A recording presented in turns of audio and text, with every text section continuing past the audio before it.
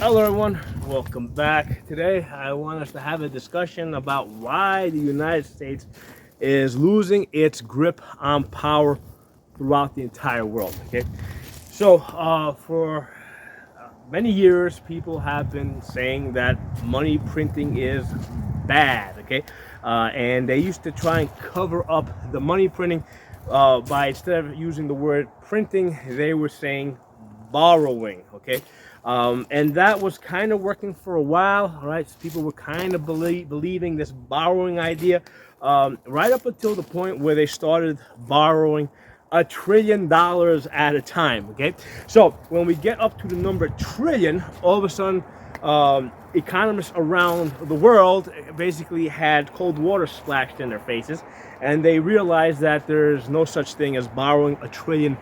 Okay, so to put things into perspective, a million seconds is 30 days.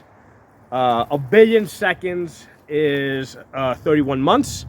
A trillion seconds is 31,000 years. Okay, so the number trillion, all right, should not exist unless we're talking about molecules or we're talking about stars. Okay, so there's no borrowing $1 trillion from anybody because $1 trillion doesn't exist.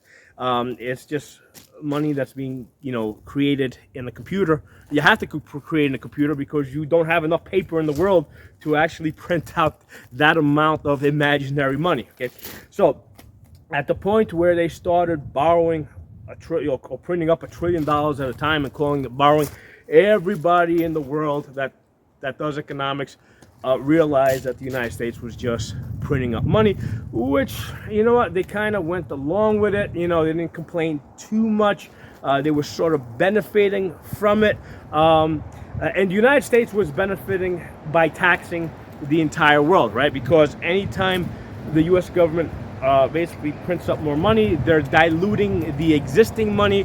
By diluting the existing money, they're basically reducing your buying power. So that's how they're not only just taxing U.S. citizens, they are taxing the entire world. And there's more, like 10, 20, 100 times more money outside of the United States. There's probably 100 times U.S. dollars outside the United States than inside of the United States.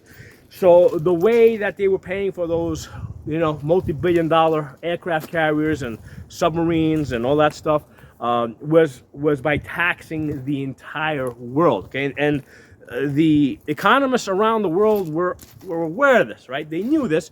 They were willing to kind of tolerate it right up until the point where they started basically yanking money away from countries that they did not like. Okay, so initially it started off with, hey, we're gonna seize the financial assets of the drug dealers. All right, nobody complained too much about that.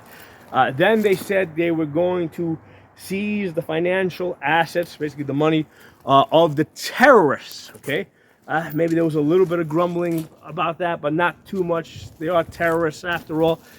And then all of a sudden they declared Russia a terrorist state, and they decided that they were going to seize Russia's money. Okay, the money that the U.S. dollars that Russia was holding, or they were going to make it impossible for them to use U.S. dollars in the course of business. Listen, nothing could have made the Russians happier. Okay, you got all these stupid generals that get on TV and they think that they're winning this war in Ukraine because they blew up so many tanks, or basically there was an offensive there. That's the distraction. Okay, this war is not going to be won on the ground. This is a financial war. Okay, the way that the Russians are winning this war and probably have won the war already is they were able to stand up and say to the world, hey, look what the United States did to us. They took away our money, right? Because even though these are U.S. dollars, okay, they belonged to the Russians. Okay, so the money that the Russians hold, or the terrorists hold, or the drug dealers hold, that's their money. Okay, if they are doing something illegal, okay, or inhumane or whatever, if they're committing war crimes to get that money, then you deal with the actions. You don't go after the money that's in the bank accounts, right, that you happen to be holding. Because what's happening here is when the United States establishes itself as as the world's financial reserve or currency reserve, and they say, hey, the whole world is going to operate on our U.S. dollars. The United States has what we call a fiduciary responsibility, okay, fiduciary responsibility to put other people's interests ahead of their own, okay? So that's the nature of a fiduciary responsibility. So my background's accounting, okay? If I accept somebody as a client and I'm advising them, okay, I can't advise them to do certain business transactions that will just create more work and allow me to do more billing, okay? So even though it might be in my benefit to say, hey, do things this way because I will have more billable hours, okay, I have a fiduciary responsibility to to put the interest of my client ahead of my own interest. So despite the fact that, hey, this way over here might result in more billable hours for me, this way over here is better for my client. Because of my fiduciary responsibility, I'm obligated to put the client's interest ahead of my own interest. That's a fiduciary responsibility. So that's where the United States went wrong, okay? They established themselves as the world's currency reserve. They said, hey, everybody, we're going to do business on the U.S. dollar. What the United States failed to do is put the interests of other people ahead of their own, since they have accepted that fiduciary responsibility. So they started off with the drug dealers, then they went to the terrorists, right? And then finally they went to the country. They went to an entire country, right? And then that country stood up and said, hey, world, look what the United States did to us. Nobody cares about blowing up a couple of tanks here and there. Look what the United States did to us. They took our money. If they can do this to us, they can do this to you. So now you got China, Russia, India, Pakistan, Brazil, all, and plus a whole bunch of other companies, all working together to get away from the U.S. dollar, because the United States has proven to the world that they will use the U.S. currency as a weapon to try and punish countries when they don't do exactly what they want, okay? So that's why, and here's the thing, when that happens, as the world shifts away from the U.S. dollar, what's going to happen is, on top of all the money printing that's happening here in the United States to devalue our currency, what's going to happen is all that external currency that's floating around the world, that's in, I don't know, Chinese banks, that's in Brazilian banks, that's in Indian banks, that's in Pakistani banks. All that money is basically going to end up coming back here, and it's going to devalue our money even further. So, and this all happened since 2020, all right? I mean, the money printing was happening before 2020, but the tipping point was when the United States decided to have a financial war with Russia, and you know, fine, they made it. By the way, I did a separate video on this. I think that the reason why the United States was rushing out of Afghanistan and leaving military assets behind is because they already had a plan to have a more exciting war in Ukraine. Okay, that was already in the plan. So they rushed out of Afghanistan so that they can, you know, prepare themselves to have this beautiful, exciting war in Ukraine.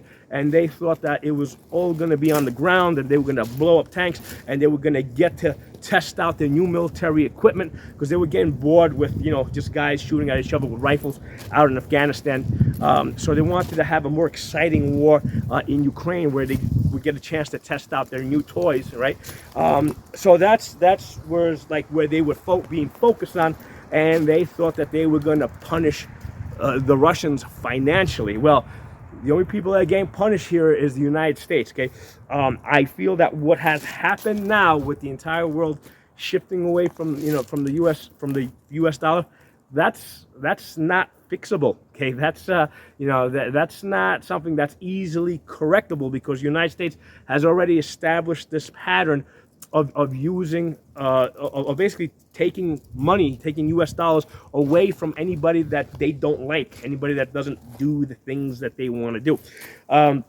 So you probably have these generals now, they're sitting there and they're saying, hey, no problem, who cares? We got the tanks, we got the ships, we got the aircraft carriers, we got all these beautiful things, who cares about the money? Well, the generals, right, they don't understand, because they're not financial people, that the way that those things are being paid for is by taxing the entire world through inflation, right? And then once the entire world, as the world starts to shift away from the US dollar, you're not going to be able to tax the entire world. So at some point, you're not going to be able to pay for all those aircraft carriers and nuclear submarines, okay? So what are they going to do? What are their options? Because I'm pretty sure they've got people that are at least as smart as me in Washington thinking about this here, and I think that the most likely solution is that because if they're thinking that, hey, you got all these companies, all these countries that are trying to unite and work against, unite and basically form their own currency to compete with the U.S. dollar. I think that the only solution that the solution that they're going to come up with, which is kind of like the default solution, is, hey, what assets do we actually have, right? We don't have manufacturing. We've already shipped that abroad. What assets do we have? Well, we got a military. We got all these aircraft carriers. We got all these submarines.